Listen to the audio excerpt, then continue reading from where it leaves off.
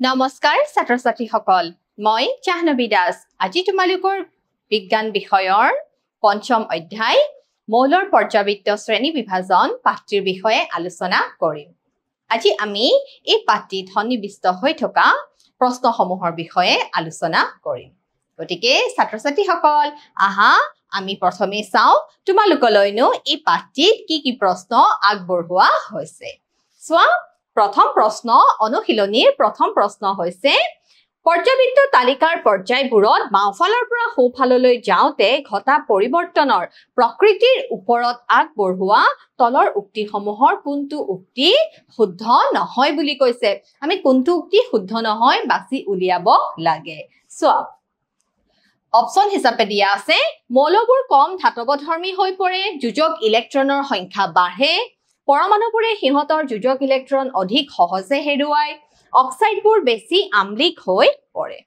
গতিকে আমি আকৌ এবাৰ প্ৰশ্নটো চাই লওঁ আহা পৰ্যাবৃত্ত তালিকাৰ পৰ্যায়বোৰত বাওঁফালৰ পৰা সোঁফাললৈ পৰ্যাবৃত্ত তালিকাৰ বাওঁফালৰ পৰা যদি আমি সোঁফাললৈ যাওঁ তেতিয়া হলে ঘটা পৰিৱৰ্তনৰ প্ৰকৃতিৰ ওপৰত কোনটো তোমাৰ মতামত আগবঢ়াবা যে কি পৰিৱৰ্তন দেখিবলৈ পোৱা যায় গতিকে ইয়াৰ উত্তৰটো কোনটো হ'ব জানানে ছাত্ৰ-ছাত্ৰীসকল পৰমাণুবোৰে সিহঁতৰ যোজক ইলেক্ট্ৰনসমূহ কি কৰে অধিক সহজে হেৰুৱায়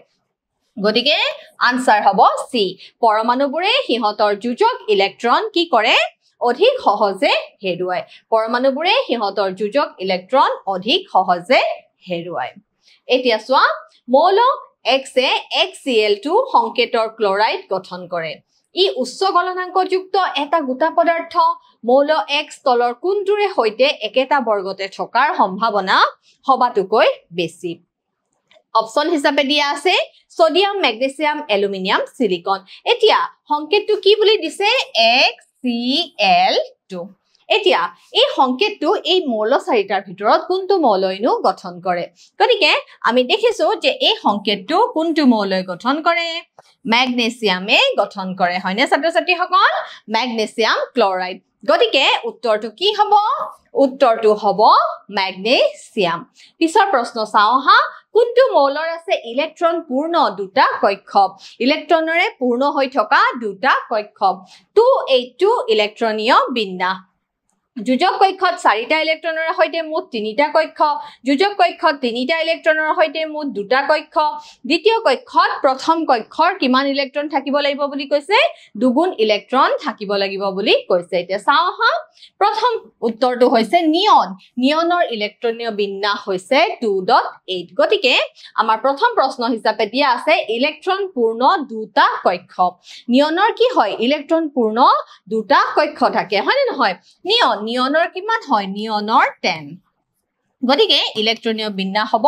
2.8 এতিয়া আমি যদি k আৰু l খুল আকো 1 2 হয়নে 1 2 3 4 5 6 7 8 দেখিছানে নিয়নৰ যি k আৰু l খুল নিয়নৰ যি দুটা কক্ষ k আৰু l খুল কিহৰে পূৰ্ণ হৈ থাকে ইলেক্ট্ৰনেৰে পূৰ্ণ হৈ থাকে গতিকে ইলেক্ট্ৰন পূৰ্ণ দুটা কক্ষৰ উত্তৰটো কি হ'ব ছাত্ৰ-ছাত্ৰী সকল নিয়ন হৈছে এটা সম্ভ্ৰান্ত গেছ বা সম্ভ্ৰান্ত মৌল ইহত ৰাসায়নিকভাৱে নিষ্ক্ৰিয় মৌল আৰু প্ৰকৃতিত কম পৰিমাণে পোৱা যায় পিছৰ প্ৰশ্ন চোৱা পিছৰ প্ৰশ্নটো আমাক কি বুলি কৈছে চাই লওঁ হা 282 ইলেক্ট্ৰনীয় বিন্যাস 282 ইলেক্ট্ৰনীয় বিন্যাস কোনটো মৌলৰ আছে ছাত্ৰ-ছাত্ৰী সকল মেগনেছিয়াম হয়নে নহয় মেগনেছিয়ামৰ পৰমাণু ক্ৰমাংক হৈছে 12 গতিকে মেগনেছিয়াম ইলেক্ট্ৰনীয় বিন্যাস কিমান হ'ব 2.8.2 আকৌ চোৱা যোজক কক্ষত 4টা ইলেক্ট্ৰনৰে হৈতে মুঠ কেইটা কক্ষ থাকিব লাগিব মুঠ 3টা কক্ষ থাকিব লাগিব উত্তৰটো হৈছে সিলিকন মুঠ ইলেক্ট্ৰনৰ সংখ্যা কিমান হয় 14 যোজক কক্ষত কেইটা ইলেক্ট্ৰন থাকিব লাগিব বুলি কৈছে যোজক কক্ষত 4টা ইলেক্ট্ৰন থাকিব লাগিব বুলি কৈছে আৰু কেইটা কক্ষ থাকিব লাগিব 3টা কক্ষ হয়নে নহয় সো সিলিকন 14 গতিকে কিমান হ'ব 2.8.4 আমি ইয়াত k খুলত দুটা এটো হৈছে k খোল এটো হৈছে l খোল এটো হৈছে m খোল 1 2 3 4 5 6 7 8 হয়নে নহয় আৰু তৃতীয় যেটো বহিৰ্তম কক্ষ বা বহিঃখোলত কেইটা কৈ থাকিব 4টা 1 2 3 4 হয়নে নহয় গতিকে সিলিকন হৈছে মুঠ 3টা কক্ষ থাকিব আৰু বহিৰ্তম কক্ষত কেইটা ইলেক্ট্ৰন থাকিব 4টা ইলেক্ট্ৰন থাকিব দেখিছানে যোজক কক্ষ বা বহিৰ্তম কক্ষত 4টা ইলেক্ট্ৰনৰে সৈতে মুঠ কেইটা কক্ষ থাকিব লাগিব বুলি কৈছে 3টা কক্ষ গতিকে ইয়াৰ উত্তৰটো কি হ'ব ইয়াৰ উত্তৰটো হ'ব সিলিকন মৌল চিহ্ন হৈছে Si ইয়াৰ পিছৰ প্ৰশ্ন চোৱা যোজক কক্ষত মানে বহিৰ্তম কক্ষত 3টা ইলেক্ট্ৰনৰে সৈতে মুঠ 2টা কক্ষ 3টা ইলেক্ট্ৰনৰ সৈতে মুঠ 2টা কক্ষ দেখিছানে বৰণৰ ইলেক্ট্ৰনীয় বিন্যাস 2.3 এতিয়া বৰণৰ পৰমাণু ক্ৰমাংক হৈছে 5 গতিকে ইলেক্ট্ৰনীয় বিন্যাস কিমান হ'ব 2.3 দেখিছানে বৰন B 5 2.3 গতিকে ইয়াৰ বহিৰ্তম কক্ষত 3টা ইলেক্ট্ৰন আছে আৰু মুঠ কেইটা কক্ষ আছে 2টা কক্ষ আছে পিছৰ চোৱা আমি ই নম্বৰ প্ৰশ্নটো চাই লও দ্বিতীয় কক্ষত প্ৰথম কক্ষৰ দুগুণ ইলেক্ট্ৰন দেখিছানে দ্বিতীয় কক্ষত প্ৰথম কক্ষৰ কেগুণ ইলেক্ট্ৰন থাকিব লাগিব বুলি কৈছে দুগুণ ইলেক্ট্ৰন এতিয়া চোৱা কাৰ্বনৰ হৈছে পৰমাণু ক্ৰমাংক 6 কাৰ্বনৰ পৰমাণু ক্ৰমাংক 6 গতিকে ইলেক্ট্ৰনীয় বিন্যাস কি হ'ব ছাত্ৰ-ছাত্ৰীসকল ইলেক্ট্ৰনীয় বিন্যাস হ'ব 2.4 এতিয়া কাৰ্বনৰ যি এই দুটা কক্ষ আছে দুটা ইলেক্ট্ৰন কে খোলত আৰু এল খোলত কেটা ইলেক্ট্ৰন থাকিব 4টা ইলেক্ট্ৰন থাকিব গতিকে 1 2 3 4 গতিকে এই যে দুগুণ বুলি কৈছে 4 2 দুগুণ হয় নে নহয় দুগুণ হয় সেই কাৰণে ইয়াৰ উত্তৰটো কি হ'ব কাৰ্বন হ'ব এতিয়া নিশ্চয় তোমালোকে বুজি পাইছা এতিয়া আমি পিছৰ প্ৰশ্ন চাও পৰ্যাবৃত্ত তালিকাত বৰণৰ সৈতে একেটা স্তম্ভতে থকা মৌলবোৰৰ কি কি সাধাৰণ ধৰ্ম আছে পৰ্যাবৃত্ত তালিকাত বৰণৰ সৈতে একেটা স্তম্ভতে থাকিব লাগিব বুলি কৈছে গতিকে উত্তৰটো চোৱা বৰণৰ তলত থকা সকলো মৌলৰ বৰ্গ সংখ্যা 13 মৌলবোৰৰ যোজক ইলেক্ট্ৰনৰ সংখ্যা কিমান হ'ব জানানে 3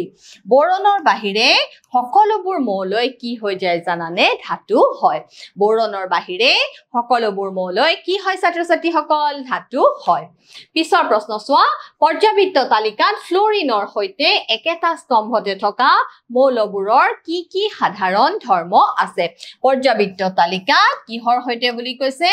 ফ্লোৰিনৰ সৈতে দেখিছানে ফ্লোৰিনৰ সৈতে ফ্লোৰিনৰ চিহ্ন হৈছে F গতিকে এই ফ্লোৰিনৰ সৈতে থকা মৌলবোৰৰ বিষয়ে সুধিছে ফ্লোৰিনৰ তলত থকা সকলো মৌলৰ বৰ্গ সংখ্যা হৈছে 7 সকলোবোৰ মৌলৰ বৰ্গ সংখ্যা হৈছে কিমান 7 এই মৌলবোৰক হেলোজেন বুলি কোৱা হয় আৰু এইবোৰ হৈছে বিদ্যুৎ ঋণাত্মক মৌল গতিকে ফ্লোৰিন যি হেলোজেন মৌল পৰ্যাবৃত্ত তালিকাৰ কিমান বৰ্গত আছে পৰ্যাবৃত্ত তালিকাৰ 17 নং বৰ্গত আছে হয়নে নহয় ছাত্ৰ-ছাত্ৰীসকল পৰ্যাবৃত্ত তালিকাৰ 17 নং বৰ্গত হেলোজেন সমূহ আছে ফ্লোৰিন ক্লোৰিন ব্ৰমিন আয়োডিন হয়নে নহয় গতিকে ফ্লোৰিনৰ পাৰমাণৱিক সংখ্যা কিমান ফ্লোৰিনৰ পাৰমাণৱিক সংখ্যা হৈছে 9 গতিকে ইয়াৰ ইলেক্ট্ৰনীয় বিন্যাস কি হ'ব 2.7 দেখিছানে গতিকে ইয়াৰ ইলেক্ট্ৰনীয় বিন্যাস হ'ব 2.7 তাৰ পিছত ফ্লোৰিনৰ লগতে আছে কি হ'ব ক্লোৰিনৰ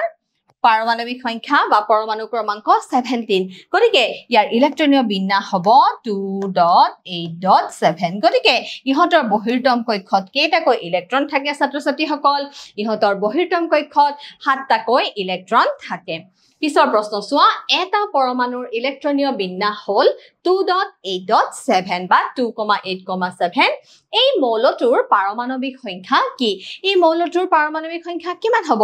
এই মৌলটোৰ পাৰমাণৱিক সংখ্যা হ'ব 17 আমি সিম্পলি 2 8 10 10 7 17 গতিকে 17 পাৰমাণৱিক সংখ্যাৰ মৌলটো হৈছে ক্লোৰিন চোৱা মৌল এটাৰ পৰমাণু ক্ৰমাংক সমান মৌলটোত থকা মুঠ ইলেক্ট্ৰনৰ সংখ্যা গতিকে পৰমাণু ক্ৰমাংক হৈছে 2 + 8 + 7 ইকুৱেল কিমান হৈছে ইকুৱেল হৈছে 17 আৰু এই মৌলটো হ'ব কি এই মৌলটো হ'ব ক্লোৰিন চোৱা পিছৰ প্ৰশ্ন তলৰ মৌলবোৰৰ কোনটোৰে সৈতে ইয়াৰ ৰাসায়নিক সাদৃশ্য থাকিব বন্ধনীৰ ভিতৰত পাৰমাণৱিক সংখ্যাবোৰ দিয়া হৈছে চোৱা তোমালোকলৈ কি মৌল দিয়া হৈছে nitrogen 7 Florin 9 phosphorus 15 argon 18 so nitrogen 7 গটিকে কিমান হ'ব আমি 7 টু কেনেকে লিখিম 2.5 ইলেক্ট্ৰনীয় বিন্যাস ফ্লোৰিনৰ কিমান দিয়া আছে 9 গটিকে ইলেক্ট্ৰনীয় বিন্যাস হ'ব 2.7 তাৰ পিছত ফসফৰাছ হয়নে নহয় ফসফৰাছৰ কিমান দিয়া আছে ফসফৰাছ হৈছে 15 ফসফৰাছৰ 15 দিয়া হৈছে গতিকে ইলেক্ট্ৰনীয় বিন্যাস কিমান হ'ব 2.8.5 আকৌ কিহৰ দিয়া আছে আৰ্গনৰ পাৰমাণৱিক সংখ্যা বা পৰমাণু ক্ৰমাংক কিমান দিয়া হৈছে কিমান হয় আৰ্গনৰ 18 গতিকে ইলেক্ট্ৰনীয় বিন্যাস হ'ব 2.8.8 গতিকে এতিয়া আমি ইলেক্ট্ৰনীয় বিন্যাসখিনি লিখি লোৱাৰ পিছত আমাৰ মনলৈ এটা ধাৰণা আহিব ধাৰণাটো কি আহিব যে ইয়াতে আমি দেখিছো সোৱা নাইট্ৰজেনৰ যি বহিৰ্তম কক্ষ বা যোজক কক্ষত কেইটা ইলেক্ট্ৰন আছে 5টা ইলেক্ট্ৰন আছে আৰু তাৰ পিছত আমি দেখিছো যে ফসফৰাছৰ যি বহিৰ্তম কক্ষ তাতো কেইটা ইলেক্ট্ৰন আছে 5টা ইলেক্ট্ৰন আছে এতিয়া আমি চাও আহা একেটা বৰ্গত থকা মৌলসমূহৰ যোজক ইলেক্ট্ৰনৰ সংখ্যা একে হোৱাৰ বাবে সেইবোৰ মৌলৰ ৰাসায়নিক ধৰ্ম একে হয় এতিয়া কোৱাচোন ছাত্ৰ-ছাত্ৰী সকল ৰাসায়নিক ধৰ্ম কাৰ কাৰ একে হ'ব ৰাসায়নিক ধৰ্ম একে হ'ব নাইট্ৰজেন আৰু ফসফৰাছ কাৰণ নাইট্ৰজেন 7 2.5 ফসফৰাছ 15 2.8.5 গতিকে ইহঁতৰ বহিৰ্তম কক্ষত বা যোজক কক্ষত কেইটাকৈ ইলেক্ট্ৰন আছে 5টাকৈ ইলেক্ট্ৰন আছে গতিকে ইহঁতৰ ৰাসায়নিক ধৰ্মবিলাকো কি হ'ব নাইট্ৰজেন আৰু ফসফৰাছৰ ৰাসায়নিক ধৰ্মসমূহ একে ধৰণৰ হ'ব সোৱা যেহেতু নাইট্ৰজেনৰ পাৰমাণৱিক সংখ্যা 7 আৰু ফসফৰাছৰ পাৰমাণৱিক সংখ্যা 15 দেখিছানে 15তম বৰ্গৰ অন্তৰ্গত গতিকে যোজক ইলেক্ট্ৰনৰ সংখ্যা দুয়োটা মৌলৰ ক্ষেত্ৰত কিমান হৈছে যোজক ইলেক্ট্ৰনৰ সংখ্যা দুয়োটা মৌলৰ ক্ষেত্ৰত একে হৈছে 5 হৈছে হে নাইট্ৰজেন আৰু ফসফৰাছৰ ৰাসায়নিক ধৰ্ম কি হ'ব ছাত্ৰ-ছাত্ৰী সকল একে হ'ব নাইট্ৰজেন আৰু ফসফৰাছৰ ৰাসায়নিক ধৰ্ম ইহঁতৰ যি কেমিক্যাল প্ৰপাৰ্টি আছে ৰাসায়নিক ধৰ্ম একে হ'ব কিয় একে হ'ব কাৰণ ইহঁতৰ যোজক ইলেক্ট্ৰনৰ সংখ্যা বহিৰ্তম কক্ষ একেবাৰে যেটো বাহিৰৰ খোল সেই বাহিৰৰ খোলত থকা ইলেক্ট্ৰনৰ সংখ্যা সমান ইলেক্ট্ৰনৰ সংখ্যা কিমান পাইছো আমি ইলেক্ট্ৰনৰ সংখ্যা হৈছে 5 হয়নে ইলেক্ট্ৰনৰ সংখ্যা হৈছে 5 নাইট্ৰজেন 7 2.5 আৰু ফসফৰাছ 15 গতিকে আমি কেনেকৈ লিখিব লাগিব 2.8.5 দেখিছা বাহিৰতম কক্ষ বা বহিৰ্তম কক্ষত থকা ইলেক্ট্ৰনৰ সংখ্যা কি হয় সমান হয় পিছৰ প্ৰশ্ন চোৱা পৰ্যাবৃত্ত তালিকাত তিনিটা মৌল A B আৰু C ৰ স্থানসমূহ তলত দেখুওৱা হৈছে দেখিছানে A মৌল B মৌল আৰু C মৌল আমি ইয়াৰ পিছৰখিনি চাও আহা মৌল A ধাতু নে অধাতু বুলি সুধিছে C মৌলটো A তকৈ বেছি সক্ৰিয় নে কম সক্ৰিয় C মৌলটো আকাৰত B তকৈ ডাঙৰ নে মৌল A কেনে ধৰণৰ আয়ন কেটায়ন নে এনায়ন গঠন কৰিব আমি উত্তৰটো চাও আহা যেহেতু এই মৌলটো 17তম বৰ্গৰ অন্তৰ্গত দেখিছানে এই মৌলটো 17তম বৰ্গৰ অন্তৰ্গত ই পৰ্যাবৃত্ত তালিকাৰ বাও হাতে অৱস্থান কৰি আছে সোৱা এই মৌলটো হৈছে বিদ্যুৎ ঋণাত্মক গতিকে ই কি হ'ব অধাতু হ'ব এই মৌলটো কি বুলি কৈছে এই মৌলটো হৈছে বিদ্যুৎ ঋণাত্মক মৌল এই মৌলটো হৈছে বিদ্যুৎ ঋণাত্মক মৌল আৰু ই পৰ্যাবৃত্ত তালিকাৰ কি হৈছে বাওহাতে স্থান দখল কৰি আছে সোৱা এই মৌলটো বিদ্যুৎ ঋণাত্মক গতিকে ই কি হ'ব অধাতু হ'ব পৰ্যাবৃত্ত তালিকাত ওপৰৰ পৰা তললৈ গলে পাৰমাণৱিক আকাৰ বৃদ্ধি পায় এটো মনত ৰাখিবা তোমালোকে পৰ্যাবৃত্ত তালিকাত যেতিয়া আমি ওপৰৰ পৰা তললৈ যাওঁ বৰ্গ এটাত ওপৰৰ পৰা তললৈ যাওঁ তেতিয়া পাৰমাণৱিক আকাৰ কি হ'বলৈ ধৰে বৃদ্ধি পাবলৈ ধৰে কাৰণ এই ক্ষেত্ৰত কাৰ্যকৰী নিউক্লিয় আধানৰ মান কমি যায় নিউক্লিয় আধানৰ মান কমি যোৱাৰ কাৰণে পাৰমাণৱিক আকাৰ কি হ'বলৈ ধৰে বৃদ্ধি পাবলৈ ধৰে যাৰ ফলত ইলেক্ট্ৰনৰ প্ৰতি আকৰ্ষণ কমে গতিকে C মৌল A তকৈ কি হ'ব জানানে কম সক্ৰিয় হ'ব গতিকে ইলেক্ট্ৰনৰ প্ৰতি যেহেতু আকৰ্ষণ কমি যায় গতিকে C মৌলটো A মৌলতকৈ কি হ'ব জানানে কম সক্ৰিয় হ'ব ইয়াৰ পিছত যোৱা কোনো এটা পৰ্যায়ত বাওঁফালৰ পৰা সোঁহাতে গলে কোনো এটা পৰ্যায়ত বাওঁফালৰ পৰা সোঁহাতে গলে পাৰমাণৱিক আকাৰ হ্ৰাস পায় কাৰণ নিউক্লিয় আধান বৃদ্ধি পায় গতিকে C ৰ আকাৰ কি হ'ব জানানে B তকৈ সৰু হ'ব নিউক্লিয় আধান বাঢ়ি গলে কি হৈ যায় জানানে পাৰমাণৱিক যি আকাৰ থাকে সেই পাৰমাণৱিক আকাৰ হ্ৰাস হ'বলৈ ধৰে এতিয়া চোৱা যেহেতু 17তম বৰ্গ পৰ্যাবৃত্ত তালিকাৰ সোঁহাতে অৱস্থিত দেখিছেনে 17তম বৰ্গ পৰ্যাবৃত্ত তালিকাৰ সোঁহাতে অৱস্থিত হে এই মৌলবোৰ কি হৈ যায় জানানে বিদ্যুৎ ঋণাত্মক গতিকে এ এনায়ন গঠন কৰিব গতিকে 17 নং বৰ্গ যেহেতু পৰ্যাবৃত্ত তালিকাৰ সোঁহাতে অৱস্থিত আৰু এনেকুৱা মৌলবোৰ কি হয় অধাতু হয় আৰু বিদ্যুৎ ঋণাত্মক হয় গতিকে এনেকুৱা মৌলবিলাকে কেনেকুৱা গঠন কৰিব এনায়ন গঠন কৰিব এনায়ন নিগেটিভ ঋণাত্মক আয়ন গঠন কৰিব ইয়াৰ পিছৰ প্ৰশ্ন চোৱা নাইট্ৰজেন পাৰমাণৱিক সংখ্যা 7 আৰু ফসফৰাছৰ পাৰমাণৱিক সংখ্যা 15 পৰ্যাবৃত্ত তালিকাৰ বৰ্গ 15ত থাকে পৰ্যাবৃত্ত তালিকাৰ যি 15তম বৰ্গত কি থাকে নাইট্ৰজেন আৰু ফসফৰাছ মৌল থাকে এই মৌল দুটাৰ ইলেক্ট্ৰনীয় বিন্যাস লিখা ইহঁতৰ কোনটো বেছি বিদ্যুৎ ঋণাত্মক হ'ব আৰু কিয় হ'ব নাইট্ৰজেন আৰু ফসফৰাছৰ ভিতৰত নাইট্ৰজেন মই তোমালোকক দেখাইছোৱে নাইট্ৰজেন যেহেতু 7 গতিকে ইলেক্ট্ৰনীয় বিন্যাস হ'ব 2.5 আৰু ফসফৰাছৰ যেহেতু পৰমাণু ক্ৰমাংক বা পাৰমাণৱিক সংখ্যা 15 গতিকে ইলেক্ট্ৰনীয় বিন্যাস হ'ব 2.8.5 গতিকে এই মৌল দুটাৰ ইলেক্ট্ৰনীয় বিন্যাস আৰু এতিয়া ইহঁতৰ কোনটো মৌলনো বেছি বিদ্যুৎ ঋণাত্মক হ'ব আৰু কিয় হ'ব দেখিছানে নাইট্ৰজেনৰ ইলেক্ট্ৰনীয় বিন্যাস 2.5 আৰু ফসফৰাছৰ ইলেক্ট্ৰনীয় বিন্যাস হৈছে 2.8.5 এতিয়া চোৱা গতিকে একেটা বৰ্গত ফসফৰাছ নাইট্ৰজেনতকৈ তলত থাকিব নাইট্ৰজেনৰ আকাৰ ফসফৰাছতকৈ কি হৈ যায় জানানে কমে হে নাইট্ৰজেন ফসফৰাছতকৈ বেছি বিদ্যুৎ ঋণাত্মক হ'ব নাইট্ৰজেনৰ আকাৰ ফসফৰাছতকৈ যেহেতু কম হয় গতিকে ফসফৰাছতকৈ নাইট্ৰজেন কি হ'ব বেছি বিদ্যুৎ ঋণাত্মক হ'ব এবাৰ চোৱা পৰমাণু এটাৰ ইলেক্ট্ৰনীয় বিন্যাস আধুনিক পৰ্যাবৃত্ত তালিকাত তাৰ স্থানৰ সৈতে কি দৰে জড়িত হৈ আছে ইলেক্ট্ৰনীয় বিন্যাসৰ পৰা বৰ্গ সংখ্যা আৰু পৰ্যায় সংখ্যা জানি ললে আমি মৌল এটাৰ পৰ্যাবৃত্ত তালিকাত অৱস্থান নিৰ্ণয় কৰিব পাৰো দেখিছানে মৌল এটাৰ আমি অৱস্থান নিৰ্ণয় কৰিবলৈ হলে আমি কি জানিব লাগিব বৰ্গ সংখ্যা আৰু পৰ্যায় সংখ্যা জানিব লাগিব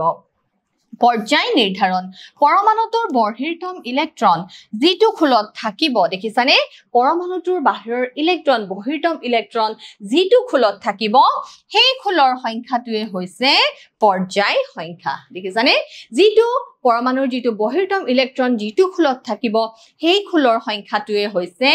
পৰ্যায় সংখ্যা দেখিছানে কেনেদৰে আমি পৰ্যায় নিৰ্ধাৰণ কৰিব লাগে যদি বহিৰ্তম ইলেক্ট্ৰনটো k খোলত থাকে তেন্তে পৰ্যায় সংখ্যা হ'ব 1 কাৰণ আমি জানোৱে প্ৰথম খোলটো k বুলি কোৱা হয় পিছৰ খোলটোক l বুলি কোৱা হয় পিছৰ খোলটোক m বুলি কোৱা হয় তাৰ পিছৰ খোলটোক n বুলি কোৱা হয় এনেদৰে গৈ থাকিব গতিকে যদি বহিৰ্তম ইলেক্ট্ৰনটো k খোলত থাকে ধৰা এটা ইলেক্ট্ৰন ধৰা বহিৰ্তম ইলেক্ট্ৰন মৌলটোৰ অকল k খোলত আছে তেতিয়া সেই মৌলটোৰ কাৰণে পৰ্যায় সংখ্যা কিমান হ'ব তেতিয়া 1 হ'ব সো অৰ্থাৎ প্ৰথম পৰ্যায়ৰ মৌল হ'ব যদি k খোলতে বহিৰ্তম ইলেক্ট্ৰনটো থাকে তেতিয়া তাৰ পৰ্যায় সংখ্যা 1 হ'ব তাৰ মানে হি কি পৰ্যায়ৰ কোনটো পৰ্যায়ৰ মৌল হ'ব হি প্ৰথম পৰ্যায়ৰ মৌল হ'ব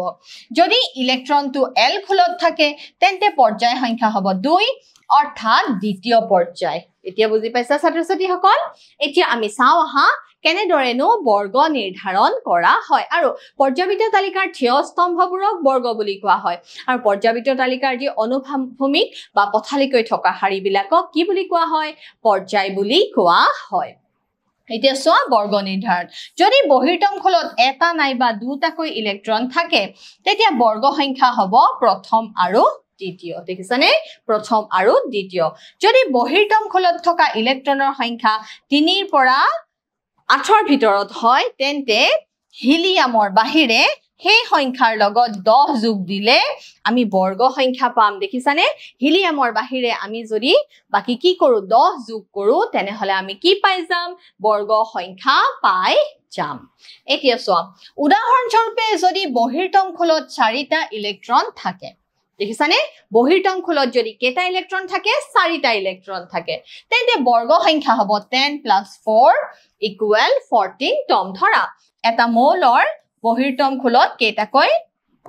ইলেক্ট্ৰন আছে ধৰা 4টা ইলেক্ট্ৰন আছে বহিৰ্তম খোলত বাহিৰৰ খোলটোত ধৰা 4টা ইলেক্ট্ৰন আছে তেতিয়া আমি কি কৰিম জানানে তেতিয়া সেই বৰ্গ সংখ্যা উলিয়াবলৈ হলে আমি তাৰ লগত কি যোগ দিম 10 যোগ দিম তেতিয়া সেই মৌলটোৰ বৰ্গ কিমান হ'ব সেই মৌলটোৰ বৰ্গ হ'ব 14তম ধৰা হল ফসফৰাছৰ পৰ্যাবৃত্ত তালিকাত অৱস্থিতি নিৰ্ণয় কৰিব লাগে ফসফৰাছৰ ইলেক্ট্ৰনীয় বিন্যাস হৈছে কিমান 2.8.5 কাৰণ পৰমাণু ক্ৰমাংক ফসফৰাছৰ কাৰণে কি হয় 1 হয় গতিকে ফসফৰাছৰ ইলেক্ট্ৰনীয় বিন্যাস হ'ব 2.8.5 দেখিছানে 2.8.5 এতিয়া সোৱা যেহেতু বহিৰ্তম ইলেক্ট্ৰনবোৰ m খোলত আছে গতিকে পৰ্যায় সংখ্যা হ'ব 3 গতিকে দেখিছানে বহিৰ্তম ইলেক্ট্ৰনবোৰ ক'ত আছে k l m হয়নে নহয় k খোলত দুটা ইলেক্ট্ৰন আছে l খোলত 8টা ইলেক্ট্ৰন আছে আৰু m খোলত কেইটা ইলেক্ট্ৰন আছে 5টা ইলেক্ট্ৰন আছে গতিকে ফসফৰাছৰ পৰ্যায় সংখ্যা কিমান হ'ব 3 হ'ব কাৰণ প্ৰথম খোল দ্বিতীয় খোল তৃতীয় খোল গতিকে ফসফৰাছ কি পৰ্যায়ত অৱস্থিতি হ'ব তৃতীয় পৰ্যায়ৰ মৌল দেখিছা পৰ্যায় সংখ্যা কিমান হ'ব তেতিয়া 3 কাৰণ k l m হয়নে নহয় 1 2 3 k খোলত বহিৰ্তম ইলেক্ট্ৰন থাকিলে k খোলত তেতিয়া পৰ্যায় সংখ্যা 1 হ'ব যদি বাহিৰৰ ইলেক্ট্ৰন l খোলত থাকে পৰ্যায় সংখ্যা দ্বিতীয় হ'ব আমি ফসফৰাছৰ ক্ষেত্ৰত দেখা পাইছো যে কি বাহিৰৰ ইলেক্ট্ৰন 5টা ইলেক্ট্ৰন ক'ত আছে ক'ত স্থান কৰিছে m খোলত গতিকে কি পৰ্যায়ৰ মৌল হ'ব তৃতীয় পৰ্যায়ৰ মৌল হ'ব অৰ্থাৎ তৃতীয় পৰ্যায় অন্যহাতে m খোলত 5টা ইলেক্ট্ৰন আছে গতিকে বৰ্গ সংখ্যা হ'ব 10 + 5 = 15 তম এতিয়া বুজি পাইছানে যেহেতু 5টা ইলেক্ট্ৰন আছে তাৰ লগত আমি কি যোগ দিম 10 যোগ দিম গতিকে তাৰ বৰ্গ সংখ্যা কিমান হ'ব ফসফৰাছৰ কাৰণে ফসফৰাছ কি বৰ্গৰ মৌল 15তম বৰ্গৰ মৌল সোৱা গতিকে 15তম গতিকে পৰ্যাবৃত্ত তালিকাত পিৰ স্থান হ'ব তৃতীয় পৰ্যায়ৰ আৰু 15তম বৰ্গ এতিয়া মৌলটাৰ কেনেদৰে পৰ্যায় আৰু বৰ্গ ওলাই তোমালোকে নিশ্চয় বুজি পাইছা গতিকে ফসফৰাছ পৰ্যাবৃত্ত তালিকাৰ তৃতীয় পৰ্যায়ত অৱস্থান কৰিছে আৰু কিমান নম্বৰ বৰ্গত 15তম বৰ্গত অৱস্থান কৰিছে আমি পিছৰ প্ৰশ্ন চাওঁ হা আধুনিক পৰ্যাবৃত্ত তালিকাত ক্যালসিয়াম পাৰমাণৱিক সংখ্যা 20 12 19 21 আৰু 38 পাৰমাণৱিক সংখ্যা বিশিষ্ট মৌল কেইটাৰ দ্বাৰা পৰিবেষ্টিত হৈ আছে এই কেইটাৰ কাৰ ভৌতিক আৰু ৰাসায়নিক ধৰ্মসমূহ ক্যালসিয়ামৰ সৈতে মিলে এটো খুব ধুনীয়া প্ৰশ্ন আমি ইয়াৰ উত্তৰটো চাওঁ আহা ক্যালসিয়ামক আন 4টা মৌলই জেড পাৰমাণৱিক সংখ্যা হৈছে 12 19 21 38 কেনেদৰেনো আগুৰি আছে আমি চাওঁ আহা এটা চিত্ৰৰ সহায়ত দেখিছানে এইটো হৈছে ক্যালসিয়ামৰ পাৰমাণৱিক সংখ্যা হৈছে 20 হয়নে নহয় গতিকে ক্যালসিয়ামৰ ইলেক্ট্ৰনীয় বিন্যাস হৈছে 2.8.2 এতিয়া ক্যালসিয়ামক কেনেদৰে আগুৰি আছে দেখিছা 12 মানে কি হ'ব 12 মানে ম্যাগনেসিয়াম মৌল হয়নে 12 হৈছে ম্যাগনেসিয়াম মৌল ঠিক তেনেদৰে 19 পটাছিয়ামে আগুৰি আছে 21 স্কেন্ডিয়ামে আগুৰি আছে হয়নে নহয় 38 পাৰমাণৱিক সংখ্যাৰ মৌলই আগুৰি আছে গতিকে ক্যালসিয়ামক এই 4টা মৌলই আগুৰি আছে যেহেতু পৰমাণু ক্ৰমাংক 12 আৰু 38ৰ মৌল দুটা একেটা স্তম্ভতে আছে দেখিছানে 12 আৰু 38ৰ মৌল দুটা একেটা স্তম্ভতে আছে গতিকে এই দুটা মৌলৰ ৰাসায়নিক আৰু ভৌতিক ধৰ্ম ক্যালসিয়ামৰ সৈতে একে হ'ব কাৰণ আমি গম পাইছোৱে একেটা স্তম্ভতে থকা একেটা বৰ্গতে থকা মৌলসমূহৰ কেনেকুৱা হয় ৰাসায়নিক আৰু ভৌতিক ধৰ্ম কি হয় একে হয় গতিকে 12 আৰু 38 পৰমাণু ক্ৰমাংকৰ মৌল কেইটা ক্যালসিয়ামৰ সৈতে কি হ'ব ৰাসায়নিক ধৰ্ম একে হ'ব ইয়াৰ পিছৰ প্ৰশ্ন চোৱা মেণ্ডেলিভৰ পৰ্যাবৃত্ত তালিকা আৰু আধুনিক পৰ্যাবৃত্ত তালিকাৰ মৌলবোৰৰ কি হয় শ্ৰেণী বিভাজনৰ তুলনা কৰিব দিছে আমি এতিয়া চাওঁ আহা মেণ্ডেলিভৰ পৰ্যাবৃত্ত তালিকা সোৱা মেণ্ডেলিভৰ পৰ্যাবৃত্ত তালিকাই কি কৈছে সোৱা মৌলবোৰ পৰ্যাবৃত্ত তালিকাত আণৱিক ভৰৰ ঊৰ্ধ্বক্ৰমত সজ্জিত হৈ থাকে যে মেণ্ডেলিভৰ পৰ্যাবৃত্ত তালিকা আছে সেই ক্ষেত্ৰত মৌলবিলাক কেনেদৰে সজ্জিত হৈ আছে ছাত্ৰ ছাত্ৰীসকল কেনেদৰে সজ্জিত হৈ থাকে আণৱিক ভৰৰ ঊৰ্ধ্বক্ৰমত দেখিছানে মৌলবোৰ পৰ্যাবৃত্ত তালিকাত আণৱিক ভৰৰ ঊৰ্ধ্বক্ৰমত সজ্জিত হৈ থাকে আনহাতে আধুনিক পৰ্যাবৃত্ত তালিকাত মৌলবোৰ পৰমাণু ক্ৰমাংকৰ ঊৰ্ধ্বক্ৰমত সজ্জিত হৈ থাকে দেখিছানে মেণ্ডেলিভৰ পৰ্যাবৃত্ত তালিকা আৰু আধুনিক পৰ্যাবৃত্ত তালিকাৰ যদি আমি শ্ৰেণী বিভাজনৰ তুলনা কৰো তেতিয়া আমি প্ৰথমে দেখা পাইছো যে মেণ্ডেলিভৰ পৰ্যাবৃত্ত তালিকাত মৌলবোৰ কিহৰ হিচাপত আণৱিক ভৰৰ ঊৰ্ধ্বক্ৰমত সজ্জিত হৈ থাকে কিন্তু আধুনিক পৰ্যাবৃত্ত তালিকাত মৌলবোৰ পৰমাণু ক্ৰমাংকৰ ঊৰ্ধ্বক্ৰমতহে সজ্জিত হৈ থাকে সোৱা দ্বিতীয় শ্ৰেণী বিভাজন হৈছে সমস্থানিকবোৰ অৱস্থান ঠাৱৰ কৰিব নোৱাৰি মেণ্ডেলিভৰ পৰ্যাবৃত্ত তালিকাৰ এটা সীমাবদ্ধতা আখুৱা আছিল যে